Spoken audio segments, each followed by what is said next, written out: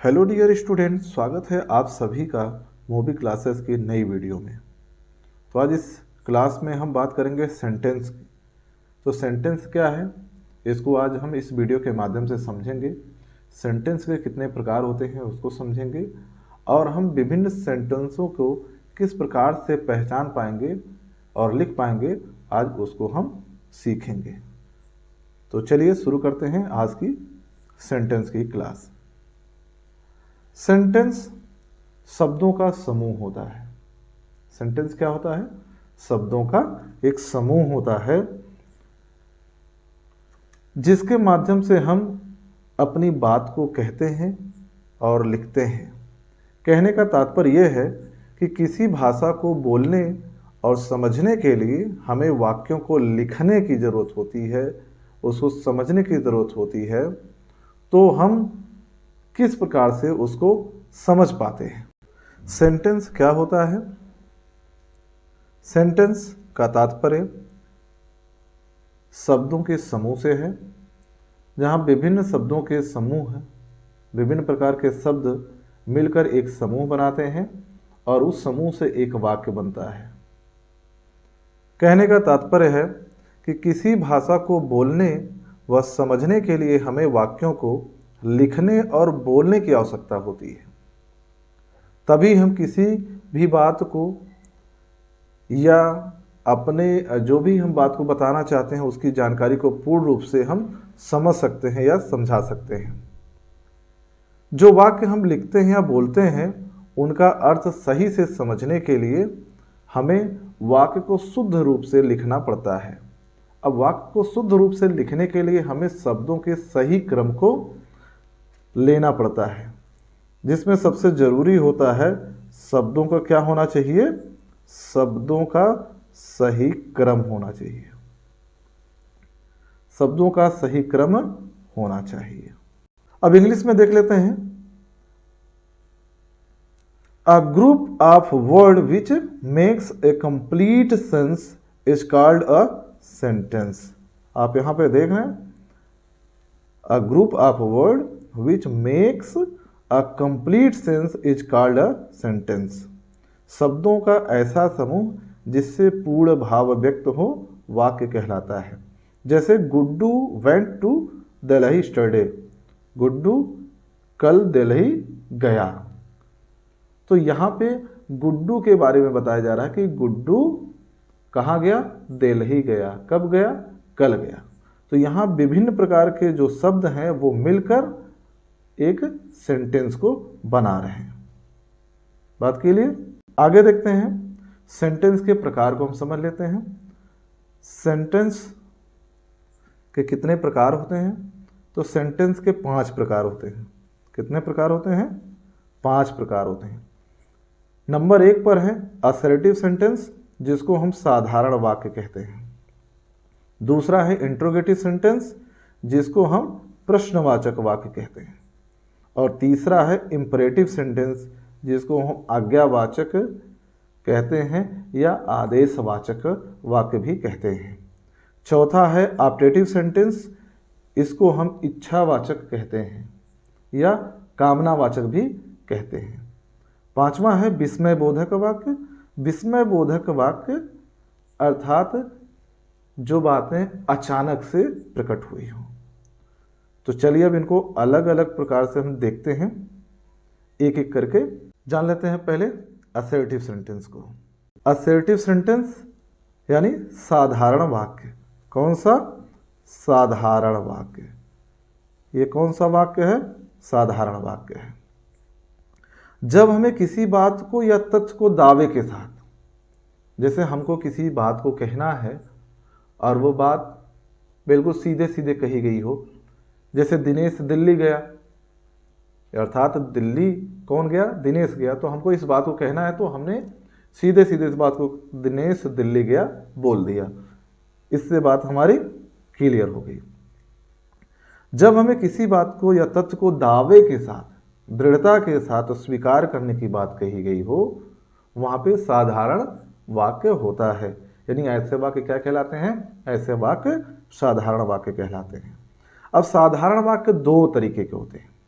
इनके भी दो प्रकार होते हैं, पहला होता है पॉजिटिव सेंटेंस और दूसरा होता है नेगेटिव सेंटेंस।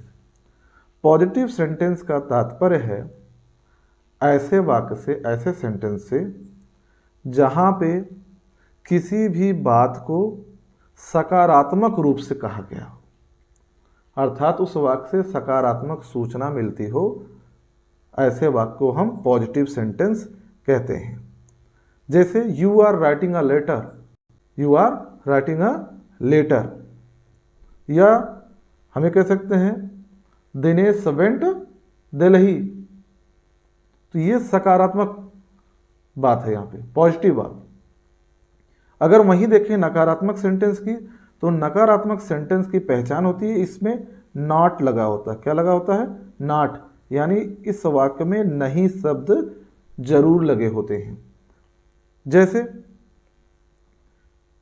दिनेश दिल्ली गया, अगर इसको हमको नकारात्मक सेंटेंस में लिखना हो, नेगेटिव सेंटेंस में लिखना, तो क्या करेंगे? इसको कह देंगे दिनेश दिल्ली नहीं गया, दिनेश दिल्ली नहीं गया। तो यहाँ पे क्या लग गया? ये नहीं शब्द लग गया, तो ये क्या हो गया? नकारात्मक हो गया। यह कह सकते हैं कि you are writing a letter, इसको अगर निगेटिव कर देंगे तो ये हो जाएगा यू आर नॉट राइटिंग। क्या हो जाएगा? You are not writing a letter. ठीक, बात क्लियर? अगला सेंटेंस है इंट्रोगेटिव सेंटेंस। इंट्रोगेटिव सेंटेंस किसे कहते हैं? इंट्रोगेटिव सेंटेंस की हिंदी होती है प्रश्नवाचक वाक्य। प्रश्नवाचक शब्द सुनकर ही लग रहा है कि किसी बात को जानने की बात यहाँ पे कही गई हो।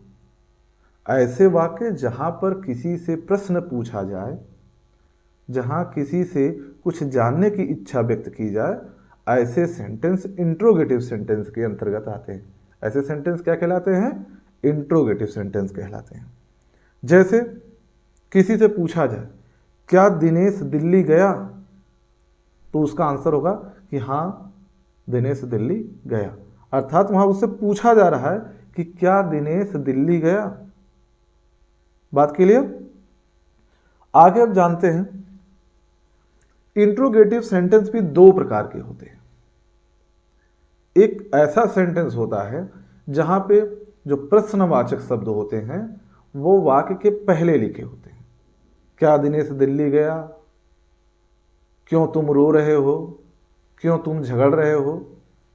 यहाँ पे जो प्रश्नवाचक शब्द हैं व्हाट, वाई, हु, ये सारे शब्द कहाँ लग रहे हैं?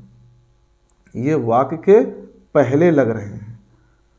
तो ये जहाँ पे प्रश्नवाचक शब्द से शुरुआत हो रही है, ये पहले इस प्रकार के सेंटेंसों के।